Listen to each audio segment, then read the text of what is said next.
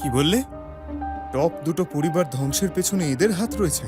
হ্যাঁ মহারাজ, এই তিনটে পরিবারের একজনই এই নিষ্ঠুর কাজটা করেছে। হেডকোয়ার্টার এই বিষয়ে আগে থেকেই জানতো, তাই এখন পুঙ্খানুপুঙ্খ খোঁজ খবর নেওয়া হচ্ছে। তবে ব্যাপারটা যদি একটু আগে জানা যেত, হয়তো এই সর্বনাশটা কোনোভাবে আটকানো যেত। ওরা তো আর জানে না এইবারের যুদ্ধে আমার অপোজিশনকে আমি নাস্তানাবুদ করেছি। আগামী 50 বছরে আর আক্রমণ করবে না। খুব বুদ্ধিমানের কাজ করেছেন। ওরা শেষ হয়ে যাওয়ার পর ওদের সব সম্পত্তি আপনার কোম্পানি নিয়ন্ত্রণ করবে। পেট্রোলিয়াম কোম্পানিটা ব্যবহার করে এবার আমরা সব নিয়ন্ত্রণ করব। আচ্ছা, প্রেস কনফারেন্সের কি হলো? সব তৈরি? হ্যাঁ মহারাজ, তৈরি। খুব ভালো করেছো।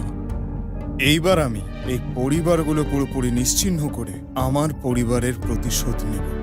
আপনার স্ত্রীর পরিবারের কি হবে? দেখছি সেটা।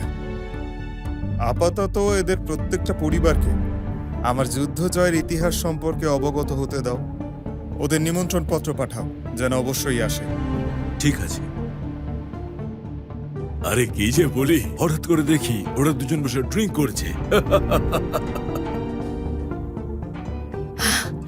আরে এ তো দারুণ জায়গা।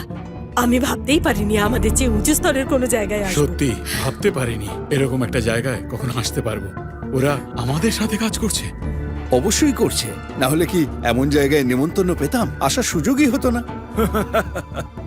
এখানে ভিক্ষে করতে এসেছেন বুঝি?